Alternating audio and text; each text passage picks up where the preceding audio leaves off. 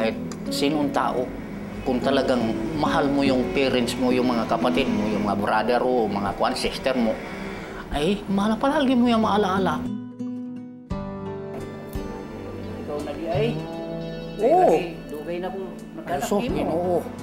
Kaya kung patay ka na eh. Maulagi siya.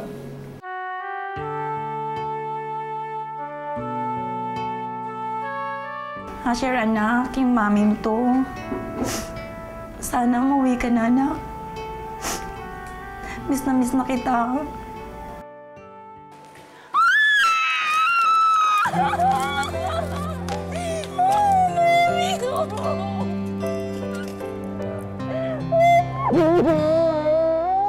Magandang gabi, ako po si Jessica Soho. Tunghayan natin ang mga istoryang magpapaiyak, magpapangiti at magpapalukso ng ating dugo. Dahil ang mga pinapangarap na muling pagtatagpo, abot kamay na dito sa Reunions. Tulungan niyo po kami. Nawala ng kulay, pangarap, nawala ng saysay, nang bigla na lang mawalay ang mga mahal sa buhay. Lahat tayo'y may karapatan na sa pamilya'y mapabilang. Lahat tayo'y magtutulungan sa muling pagkikitang inaasam. Ang naghahanap ay may pag-asa, ang nawawala ay makikita. Nasirang pamilya muling mabubuo, gumuhong pangarap muling itatayo dito sa Reunions.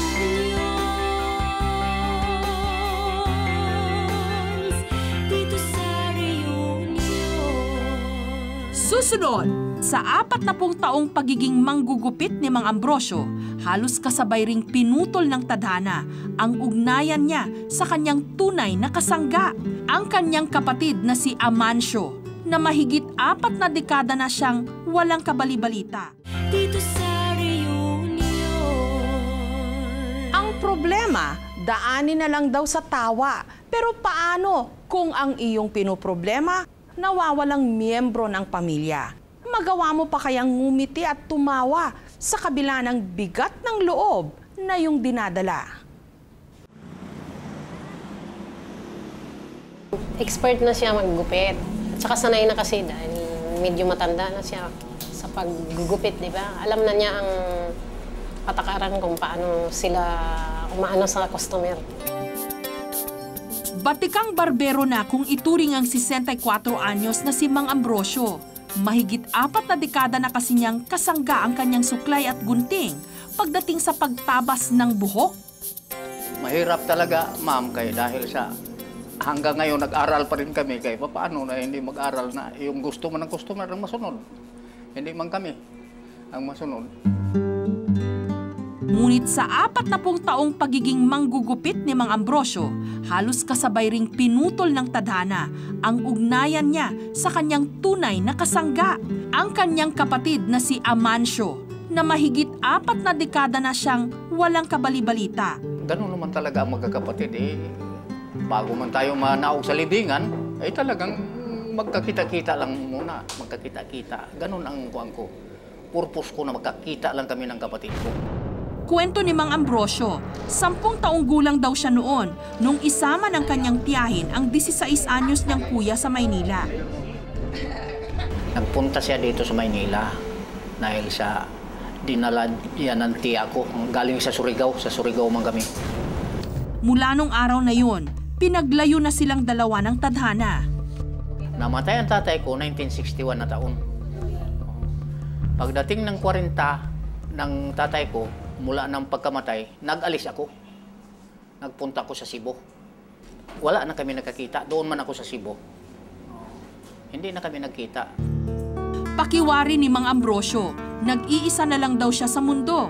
Maliban kasi sa iniwan na siya ng kanyang kuya, maaga pang pumanaw ang kanilang mga magulang. Ay, hindi. Basta-basta ang pinagdaanan ko na buhay kay namumuhay ako sa sarili ko na lang sikap. Hindi naman ako nagakuan kaya wala man kaming resources na pinagkukunan. Kundi yung sarili kong sikap, yun ang kuan, yung buhay at lakas ko ginagamit ko sa mga kuan hanggang natuto man ako pagbarbero. Gayunpaman, ni Katiting na hinanakit, wala raw siyang kinimkim sa kanyang nakatatandang kapatid.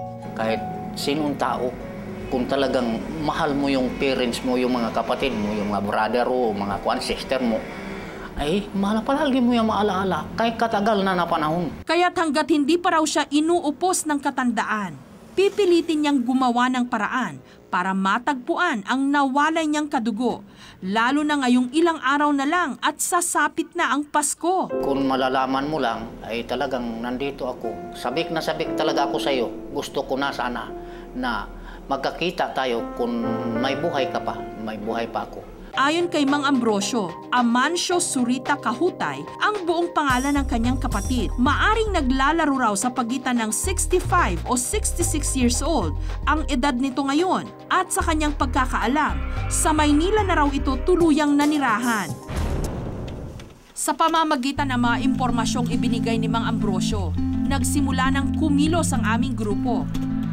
At base sa COMELEC, may isang Amancio Kahutay na nakatira sa Pililla, Rizal. Kahit bahagyang pumapatak ang ulan nung araw na yon, tumulak ang aming grupo papuntang Rizal. Umaasang uulanin naman kami ng magandang balita tungkol sa kinaroroonan ng kapatid ni Mang Ambrosio. Pagdating sa Pililla, Rizal, hindi na namin hinayaan pang gumulong ang oras. May hinahanap po kaming tao, si Amancio Zurita Kahutay. Pamilyar ho ba kayo? Meron po bang residente na ganun pangalan? Amancio Zurita Kahutay po. Wala kami ano, bakit? Kasi mga bago siguro yan dito. Mga baguhan. Tawagan mo kasi Mato Jocelyn doon sa bahay para maano natin, para makita sa record dito yung Kahutay na yan. Dahil hindi pamilyar ang aming kaharap sa pangalang aming hinahanap, ipinatawag niya ang mga may hawak sa records ng kanilang barangay. Masyum yung dito sa Kalugkog? Yung may chip. Oo, dito sa Kalugkog. Taga Quezon City daw, hinahanap doon ng kapatid. Ilan taon na sila? 47 years na po hindi 7 years na hindi sila nakikita. Nasa Baras po sila ngayon. Pero dito siya, restrado siya dito. Sa kasamaang palad, matagal na palang lumipat ng Baras, Rizal ang hinahanap naming kapatid ni Mang Ambrosio. Makalipas ang mahigit 15 minutos, dumiretso na kami ng Baras, Rizal. May kilala po kayong Amancio Kahutay? Yun po, Kahutay. Saan gawi po? Ayun, may pulang tao na yun. Ayun. May tindahan doon. Dali-dali naming pinuntahan ang itinurong lugar ng aming kausap. Magandang hapon po. Pwede po magtanong, dito po ba nakatira si Mang Amancio Kahutay? Nandyan po ba siya ngayon? Dalit lang po. Saan po siya? Sa Bali. Saan po? Doon po sa Pililla? Nakaalis lang po. Sa wakas, makalipas ang mahigit kumulang 3 oras ng paghahanap, natuntun na rin namin ang bahay ng kapatid ni Mang Ambrosio. Pero tila binibiro kami ng pagkakataon. Wala kasi sa kanilang bahay si Mang Amancio noong mga oras na yon. Kaya't pinakiusapan namin ang kanyang asawa na tawagan si Mang Amancio. Hello, Amancio. Nasaan ka na? Pwede bang umuwi ka muna? May surprise ka. Yung matagal mo nang hinahanap. Yung kapatid mo. Ilang sandali pa, Kayo po si Mang Amancio po. Good afternoon po. Sa sana po makapiling po kami. Regarding po sa kapatid. May nawawala po ba kayong kapatid? Oo, si Junior. Kahutay. Ano po ang first name po ni Junior po? Ambrosio. gaya ng kanyang kapatid na si Mang Ambrosio, miss na rin daw ni Mang Amancio ang kanyang bunsong kapatid na noong 1951 pa niya huling nakita. Malungkot. Siyempre, yung kapatid ko na, nag-iisang kapatid ko na hindi ko man lang nasisilayan hanggang sa ako'y tumanda ng ganito. Salaysay ni Mang Amancio, 1951 raw nung umalis siya ng kanilang probinsya sa Surigao. Eh, dumating yung kuwang ko, tiyahin. Pagkatapos ako'y sinabihan na doon ka na lang mag-aral sa Maynila. Eh, gusto ko naman makarating na Maynila. Pero ang ipinangakong edukasyon sa kanya, napako. Pagdating namin dito, Eh di, akala ko paaralin ako, yung pala hindi. Hindi pala ako pinaral, eh, nagtitiis ako, nagiging houseboy ako doon sa Maynila. Dahil dito, nagpasya na lang si Mang Amancio na bumalik ng Surigao at balikan ang kanyang pamilya. Hinahanap ko nga itong kapatid ko na yun, si Junior, kung saan.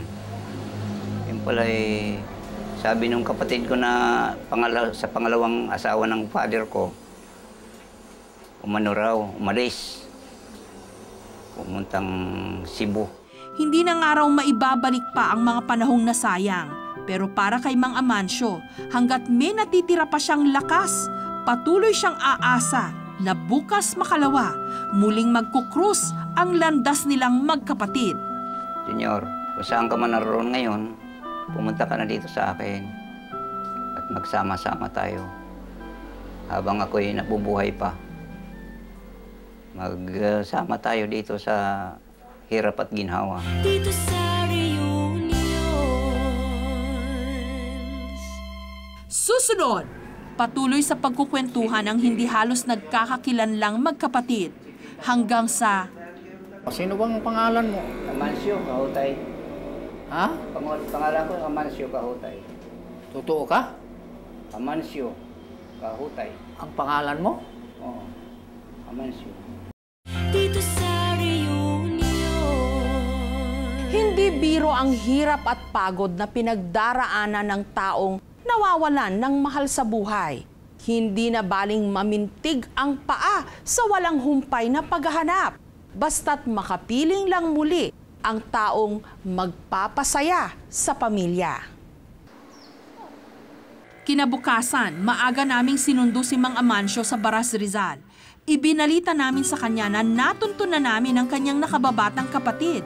Pero kailangan muna naming dumaan ng barberya para pagupitan siya ng buhok. Ang hindi niya alam, ang mismong kapatid niya na mahigit 4 na dekada niyang hindi nakita, ang mismong gugupit ng kanyang buhok. Eh wala akong palatandaan sa kanya, kundi ang kapatid ko nga tunay siya. Eh, siyempre magaan ang loob ko sa kanya. Nung mga oras namang yon, abala sa paglilinis ng kanyang mga gamit sa barberya, si Mang Ambrosio. Hindi niya inasahan ang pagdating ng panibagong customer sa kanilang barbershop. Dito naisip namin, hindi nga namumukhaan ng magkapatid ang bawat isa. Kaya't sinabihan namin si Mang Ambrosio na asikasuhin muna niya ang bagong dating nilang customer. Ano? Ilang edad mo na ngayon, Brad? 70. 70. 64 ako. Matanda ko sa'yo ng 6. Oo. 1943 ako ipanganak. 1937 naman ako. Oo. Saan ka ngayon nakatira? Sa Rizal. Ah, taga-ano ka pala? Ako Cebuano eh. Ay, Bisaya rin ako, sa Surigao. Taga Surigao man din ako. Ah, Sa Madrid, Surigao ako ipanganak. ako sa Kantilan. Ah, malapit lang yung atin eh. Oo. Malapit lang yung atin. Kantilan at saka Madrid. Saan, Kalapit lang. saan bandas Kantilan? Sa Magusilong. Ay, sa Magusilong. Diyan kami palagi noon. Sila man nakakita. So, Nakita na mo sa mong iso. guwapa. Parehas ta. Wapong ko makakita sa mong iso. Dugay na. Dugay na kami, huwag magkita. Pila ka tuig na. 48 years na. Kaya sa ako. Pareha sa ako.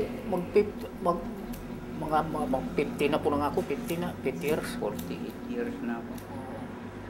Patuloy sa pagkukwentuhan ng hindi halos nagkakakilanlang magkapatid hanggang sa... Sino bang pangalan mo? Amancio Kahutay. Ha? Pangalan ko, Amancio Kahutay. Totoo ka? Amancio Kahutay. Ang pangalan mo? Oo. Amancio. Ay, Ikaw? huwag ka naman magsalita ng ganyan kaya yun ang hinahanap ko eh. Ikaw man ang hinahanap ko kung panilitan ka na ako man si Junior. Ay, ikaw ba? Rosio. Ikaw na di ay. Oo. Dugay na po. So, Nagkalaki mo. oo. Kaya kung patay ka na eh. Mao lagi isap. Kaya kung kusal patay ka na. Ikaw di ay, kuan susino, pastilan, si Inko magaday. Ako si Junior, kautay. Ikaw ba? Oo. Mas dugay ka na ako na ihanap. Sa pagkikita ng magkuyang Amancio at Ambrosio, ang mahigpit na yakapan nila ang pumutol sa tila habang buhay nilang pagkakalayo sa bawat isa. Sa una na to na Wala man yung atong palad ko. palad na to lagi. Mauna. Sobra na akong pagpangita ko sa imo.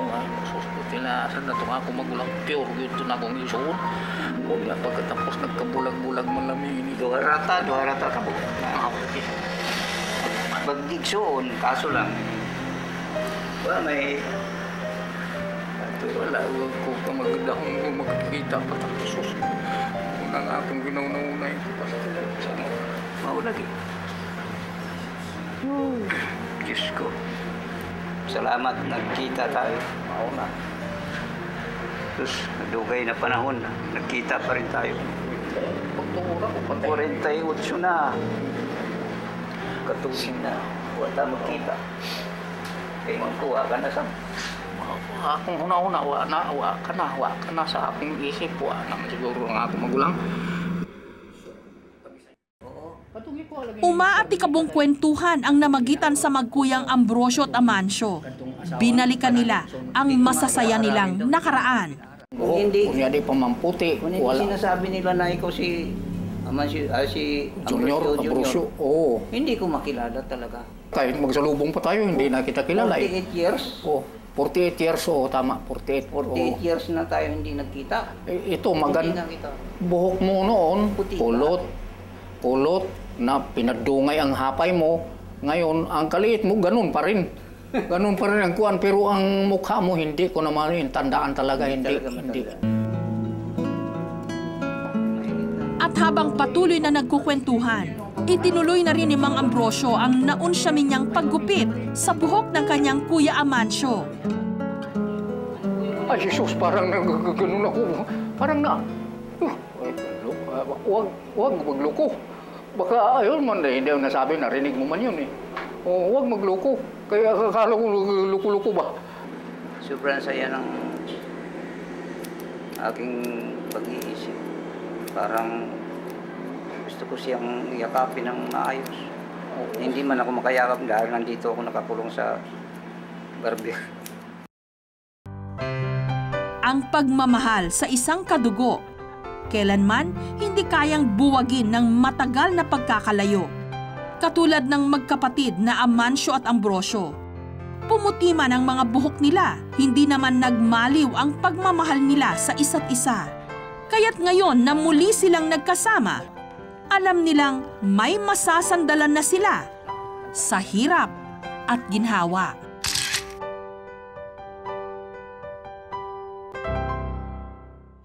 Dito sa Reunions. Susunod, Asher, anak, yung mami mo to. Sana umuwi ka na, anak. Miss na kita. Walang lang, hirap na ako. Matagal ka namin hinahanap ng tita mo kung saan kami nakakarating. Sana, anak, umuwi ka na. Alam mo naman, di ba, love na love ka ni mami. Dito sa Reunions. kung minsan mas mahal pa raw ng mga lolo't lola ang kanilang mga apo kaysa sa sarili nilang mga anak. Kaya naman kahit gaano kahirap kumita ng pera ngayon, pilit pinag-iipunan ni Aling Sonia ang laruang gustong-gusto ng kanyang apo. Pero paano kaya niya ito ibibigay? Gayong 3 buwan nang nawawala ang bata.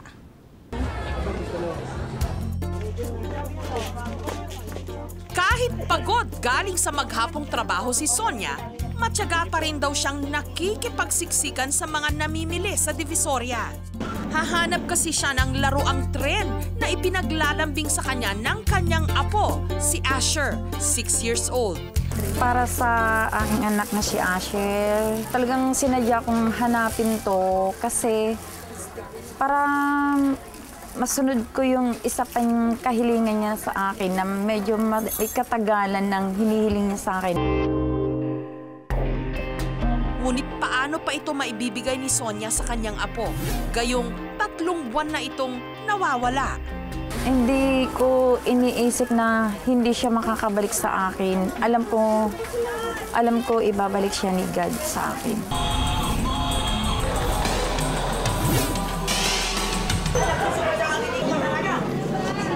A 26 ng Agosto nung nawala si Asher.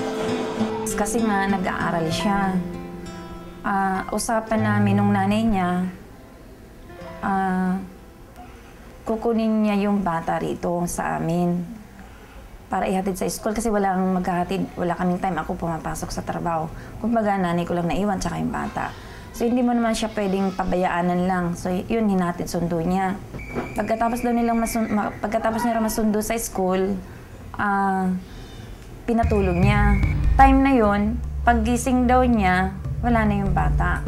Magkasama yung magkapatid. Ang nakabalik lang yung bunso, yung sumunod kay Asher. Anak ng pamangkin ni Sonia si Asher.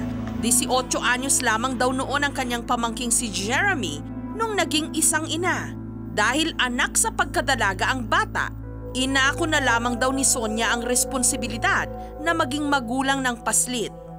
Maawa ko kasi kumbaga, yung side ng tatay ni Asher, tinanggihan, di raw nila kaya mag-alaga ng sanggol. Ito namang isa, yung nanay, lalong hindi rin. Kasi kung yung sarili niya nga, hindi niya maalagaan eh. Higit pa sa tunay na anak ang turing ni Sonia sa kanyang apo. Kaya raw hindi niya mapigilan ang kanyang emosyon sa tuwing naaalala niya ito. Yung araw, aabot ng buwan, yung buwan, aabot ng taon, wag naman sanang ganun. Sarili ko yun, iniisip ko ganun. Sabi ko, Diyos ko, wag naman po sanang ganun. Kasi yun lang nagbibigay ng inspiration sa akin. Malambing kasi yung batang yun. Ang pamangkin naman ni Sonia na si Jeremy, hindi man sa kanyang poder lumaki ang anak niyang si Asher. Natural na nanlulumo rin. Para akong nawalan ng pakpak na hindi ka makalipan. Kasi anak mo yun eh. Tapos, lagi ko siyang iniisip, kada muulan, kada tanghali, gabi, umaga. Kasi gugutom na siya. Sabi niya, kakain na siya. 2 ang naging anak ni Jeremy sa kanyang binuong bagong pamilya. Aminado siyang hindi niya nabigyan ng sapat na atensyon ang kanyang panganay. Ngunit wala raw siyang pinagsisisihan. Lagi kasi simula itong pinanganak ko po yan, sila na po talaga nag-arba niyan. Binigay ko po kasi sa kanya, sabi ko, alagaan po nila kasi hindi ko nga ako kayang alagaan. Bata pa po kasi ako nun eh. Katulad ng kanyang tiyahin na si Sonia, nananabik rin daw si Jeremy sa pagbabalik ng kanyang anak. Minsan nga, nag-ano ko na may kakatok sa bahay na aakit na lang siya, tawagin ako eh. Ngayon na, inaiisip ko gano'n. Isang pagkakain kami, hindi naisip ko na makikita ko rin po yun. Asher, anak ko, nasaan ka man? Umuwi ka na. Nami-miss ka na namin. Asher, anak, yung mami mo to. Sana umuwi ka na, anak. Miss na kita. Walang lang, hirap na ako. Matagal ka namin hinahanap ng tita mo kung saan kami nakakarating. Sana, anak, umuwi ka na. Alam mo naman, di ba, love na love ka ni Mami. Sa pakikipag-usap namin kay Sonia, nalaman naming Asher Kuwi ang buong pangalan ng kanyang apo. 6 na taong gulang na ito ngayon at singkit daw ang mga mata niya. Sa pagbusisi namin sa aming database, nadiskubre naming isang batang kapangalan di umano ni Asher ang kinukupkup ng isang shelter sa Quezon City. Mabilis naming pinasyalan ang nasabing shelter. lumabas po sa database namin na nandito daw po sa custody nyo itong si Asher Kui. Opo, i-confirm mo ba? Parang meron yung nadalang gantong bata Pwede po sa ba amin. natin ma-check po sa records? Mas maganda tingnan ko muna sa record po namin. Ano? Eto nga po, may nadala po ritong batang nagngangalang Asher Kui.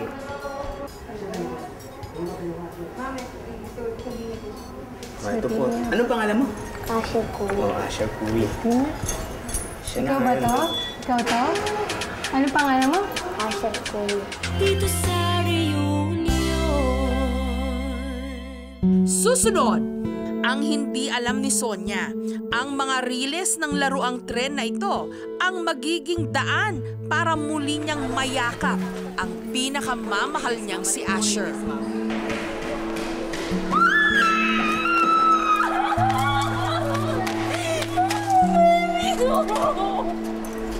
Dito sa reunion.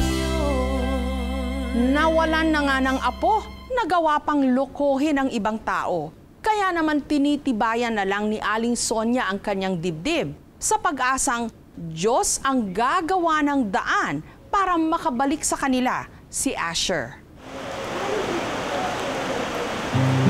September 3 daw nung napasakamay ng Social Development Center o SDC ng Quezon City si Asher. Dinala dito ng Barangay UP Campus. Natagpuan siya doon sa vicinity ng UP Campus sa may lugar nila, palakad-lakad, umiiyak. Hindi niya alam kung kailan ang birthday niya. Hindi niya alam kung saan siya nakatira.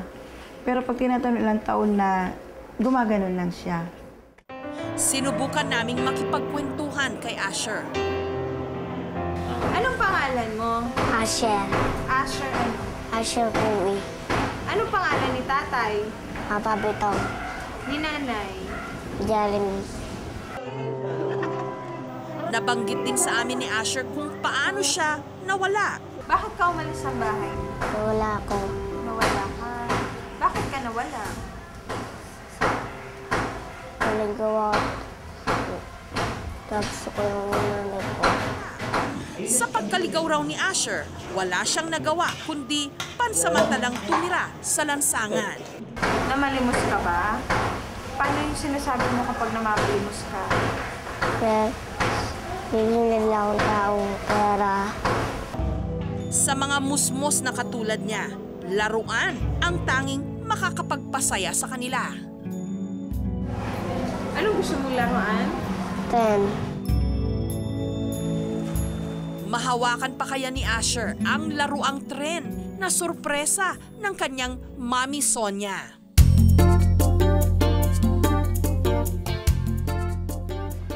Kinabukasan, laman na naman ng mall na ito sa Divisoria si Sonia. Kulang pa raw kasi ng mga abubot ang nabili niyang laruang tren para sa kanyang apo. Excuse me. Tanong ko lang, meron kayong release ng train? Kasi dito ko siya ilalagay. Kasi nabili ko siya, wala siyang release. Yung pagbibigyan ko bata, syempre maghahanap yun kasi di ba makikita niya bakit walang release, di ba? So yun ang hinahanap ko na lang kasi hindi include yung release eh. Baka meron ka naman. Pero dito wala. Pero kung gusto samahan kita. Sa inyo? Opo. Ang hindi alam ni Sonia, ang mga riles ng laruang tren na ito ang magiging daan para muli niyang mayakap ang pinakamamahal niyang si Asher. Ito na po yung release, ma'am. Bali itong release, ma'am. Bali sundan mo na lang po. Ito na po yung release. Bali sundan mo na lang po siya. Sige po. Sundan ko siya? Oo. Bali sundan mo na lang po siya. Yun na po yung release. Sundan mo na lang. Wow naman!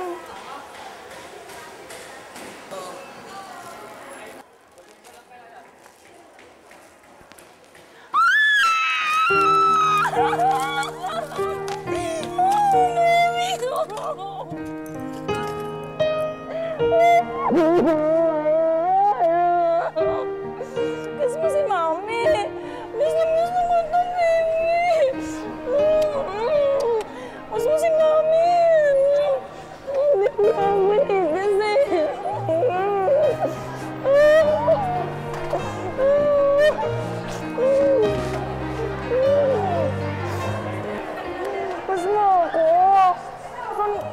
Miss mo ko? Saan ka nagpunta? Wala ko. Nawala ka? Saan ka nagpunta? Sino sinamahan mo? Ha? Wala? Saan ka nakarating? Ha? Wala. Ha? Di mo alam. Alam mo ba, hinahanap ka namin ni Mami. Uwi na tayo. Si Asher, ibinida sa kanyang lola ang kanyang mga bagong laruan. Oh. Gusto mo laruin? Ayan mo.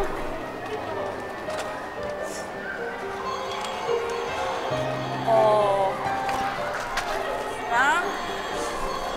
Unang-una sa lahat, nagpapasalamat ako sa Panginoon Diyos kasi yung pagpapanata ko tuwing gabi, tinugunan niya na po. Pinagkalob niya sa akin yung hinihiling ko. Gabi na nung nakarating kami sa bahay nila Sonia. Plano rin kasi naming sorpresahin ang ina ni Asher na si Jeremy. Nung mga oras na yon, nakatutok ang atensyon ni Jeremy at ng tiyahin ni Asher na si Jinky sa panunood ng TV. Ni hindi sila nakatunog na malapit na nilang mahagkan si Asher.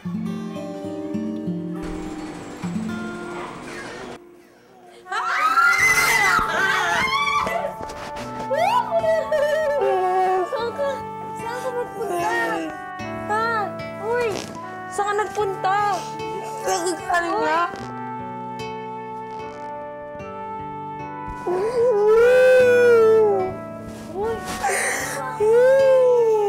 Galing. Wala po. Ba't ka nawala? Saan ka kasi pupunta? Ha? Uy. Saan ka pupunta? May naraan. Saan to galing?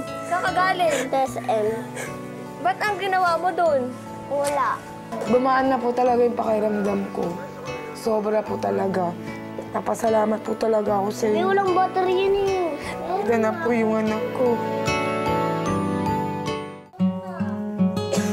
Ang ating mga suliranin, parang tren, minsan kabit-kabit, para bang walang katapusan. Pero ang totoo, dumaraan lang ang mga ito.